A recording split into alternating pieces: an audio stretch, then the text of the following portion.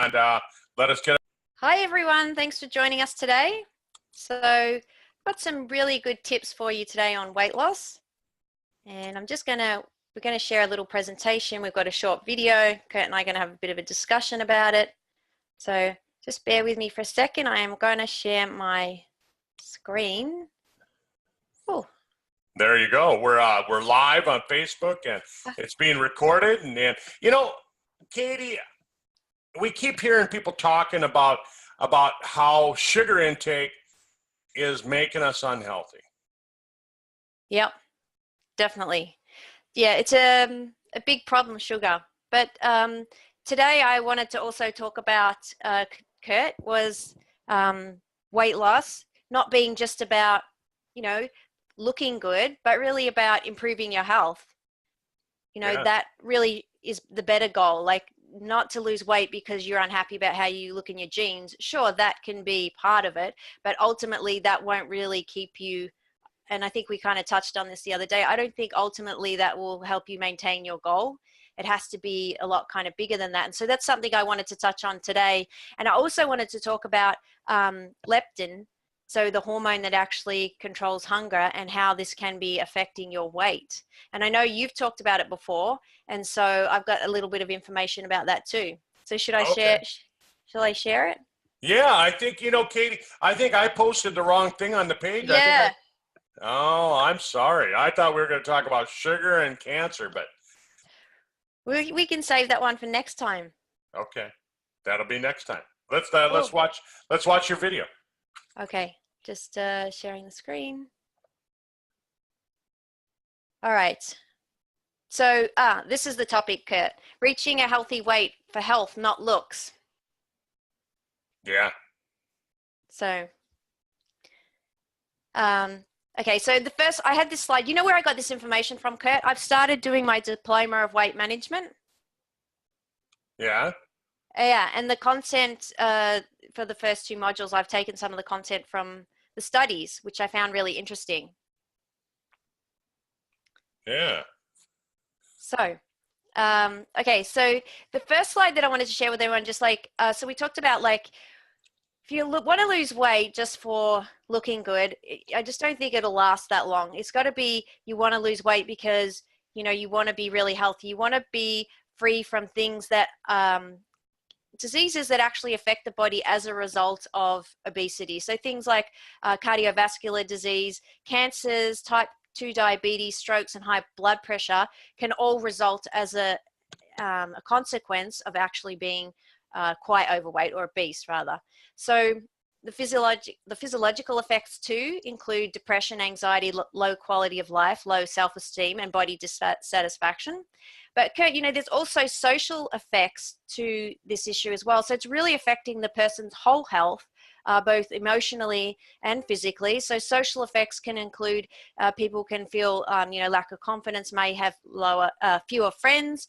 They may have more difficulty getting employment. And this is really because they feel bad about themselves, most likely, not because, they're overweight. Wait. On that one, don't you think it's partly on the employer's fault too? Because a lot of employers, they have that thought that, oh, you're overweight, you're fat, you must be lazy. Oh, really? Okay, well, I guess that might come into it too. So perception, right?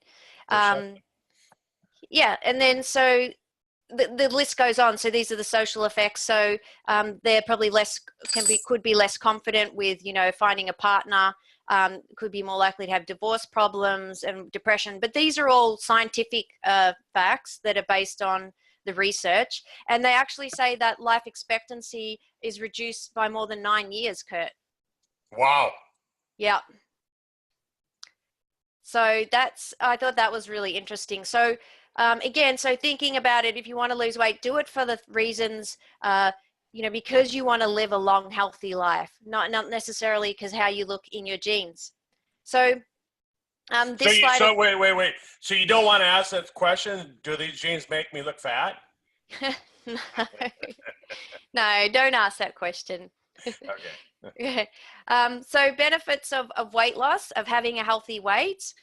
So when somebody loses weight. So this is really, I mean, this is really exciting to be able to go from a position of feeling kind of down and not feeling good about yourself and having some ailments to getting to a position of having more energy, sleeping better, waking up and feeling rested and in a good mood, you know, more likely to have fewer aches and pains, improved ability to get around, finding it easier to breathe, improved immune system as well. Yeah. So there's some pretty good benefits, don't you think? Yeah. Oh, yeah. I mean, I mean, just even when people start to lose 5 pounds, 10 pounds, they can feel it. They feel less stress on their knees, less stress on their ankles. Even carrying around extra belly fat, it puts stress on your neck and it can cause headaches. Yeah. Yeah. So I just think it's really great to focus on the positives of it. Like, you know, all of these things are just wonderful things to be able to feel better and to be able to breathe easier. I mean, fantastic. And so I question when somebody's trying to lose weight, are they focusing on these things? Or are they focusing on what they're going to lose? Right. Right. It's a lot of psychology, I guess, to it too. So really flipping that around, thinking about all the benefits. Now you've got, like, you know, motivation, because these are just they're just great, you know, just to have basically have a healthier, happy life, Kurt. That's right. Yeah. And, you know, we talked about the other day on the phone about, you know, not wanting to suffer disease too. So you've got the, you know, the carrot and the stick.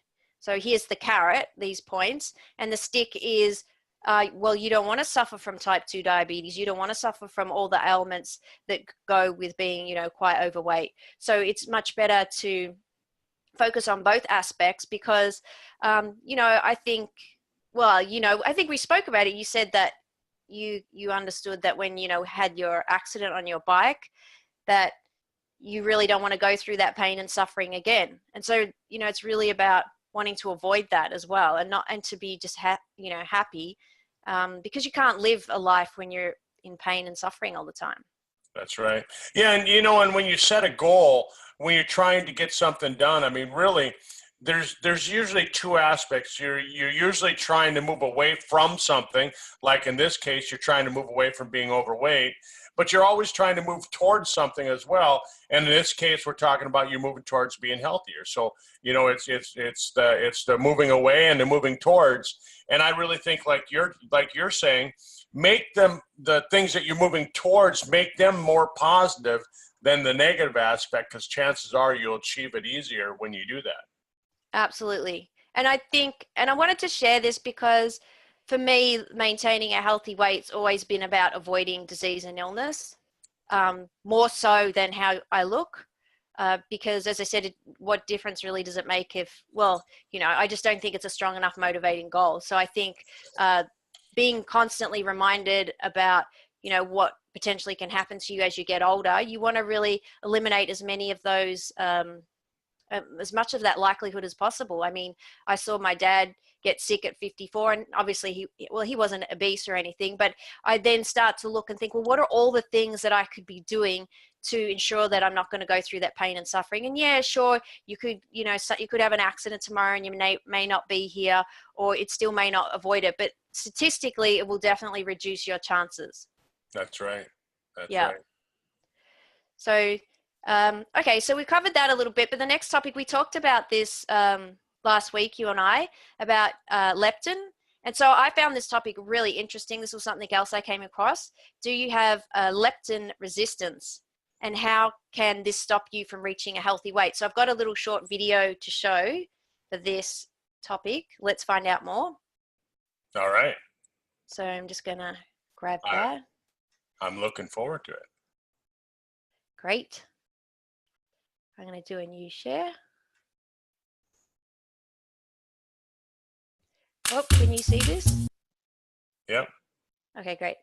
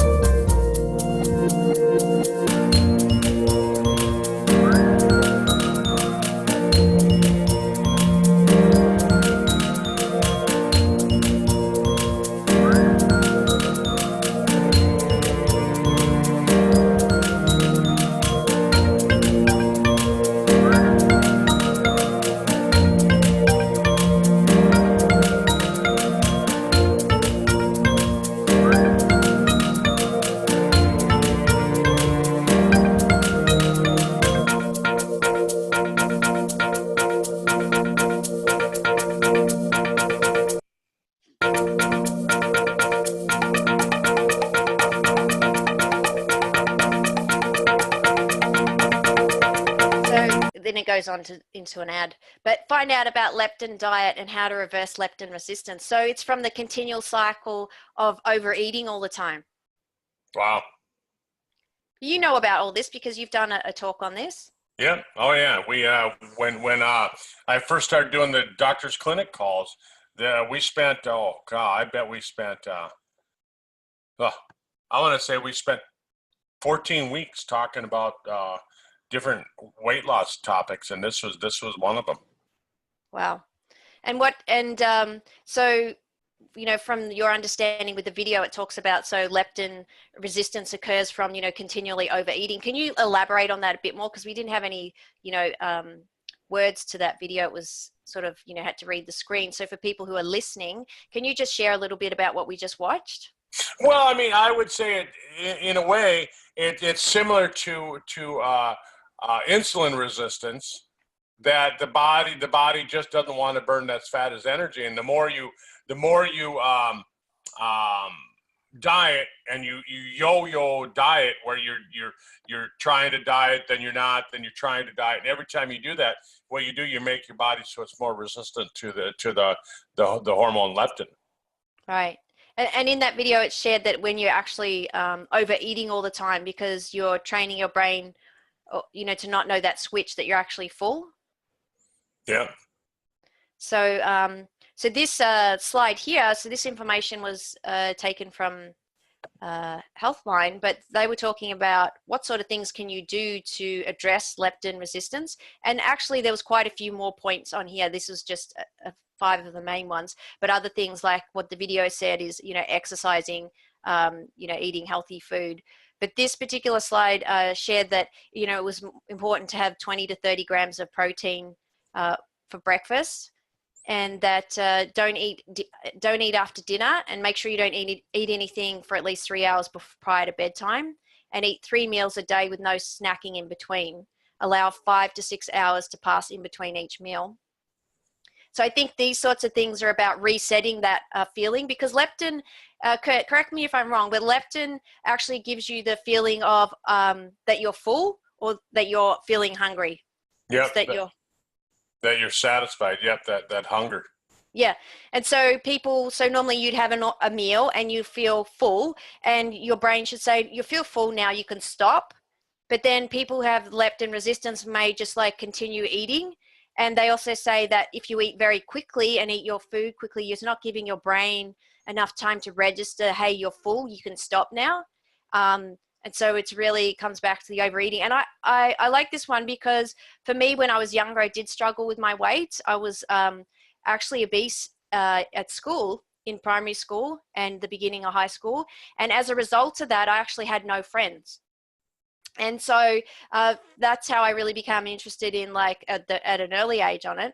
But just not having that ability to know, hey, you're full, you don't need to eat anymore, and just continuing on. So these tips on this slide are really designed to allow your brain to make that connection again. And so to go, okay, you haven't eaten for 4 or 5 hours, and here it's saying 5 or 6. Now I can feel hunger. I can feel that hunger pain. It's time to eat again. So allowing your body to basically kind of reset itself so that you aren't eating when you're not hungry.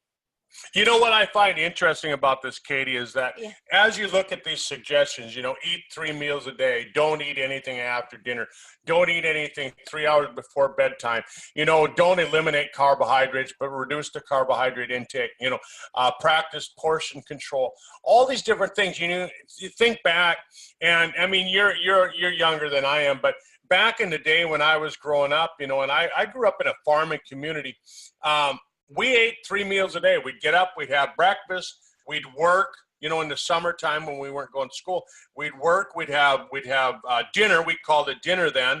And then at about 4 o'clock in the afternoon, you'd stop. You might have a small sandwich or something, we called it lunch. And then at 6 o'clock, you had supper. So it was breakfast, dinner, and supper.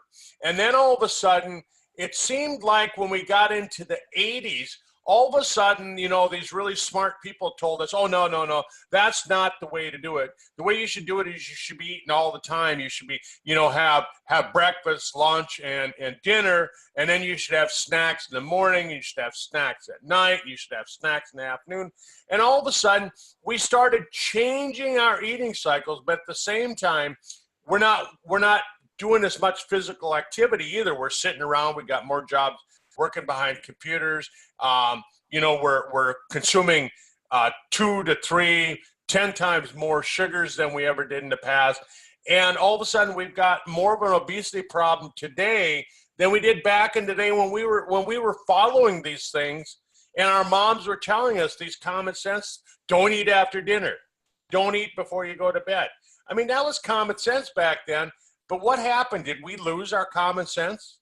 Yeah, I think that just food is so readily available, and it's such an indulgent. It's available, and the times have really changed, haven't they? Because people's cupboards are full, and they just continually graze throughout the day. And I think this is where a lot of the problems start, Kurt. And I agree with you. I do remember when I was younger, we used to have the 3 meals a day too. You'd eat your breakfast, you'd go out and play and do whatever, and then you'd have lunch, and then go out and do that, and then you'd have dinner. So it's absolutely true. There wasn't eating meals all throughout the day, or having a snack here or there whenever.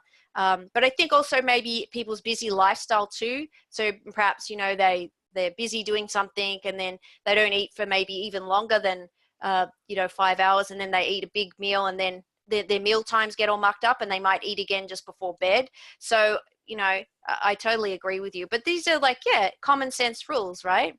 Yep. And then on top of it, we throw in all these Franken foods that we have today. I mean, you go to the store and everybody's all about this buying organic. I mean, back when I was a kid, you know what we called organic food? Homegrown. No, we just called it food. Oh.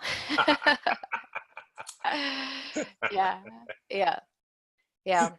So. Trick question. Sorry. No, it's okay. So I just thought that was really interesting. So trying to find those cues again that when you're full.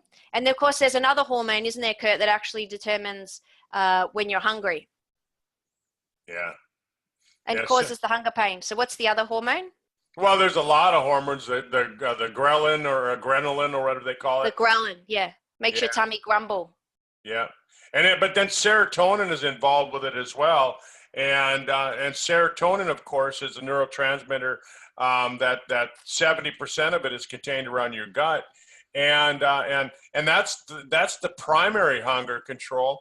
And now they're finding that NutraSweet, aspartame, actually reduces your serotonin levels. So if you're eating and drinking food with aspartame, NutraSweet in it, it actually is going to make you hungrier than you would have been had you not consumed it.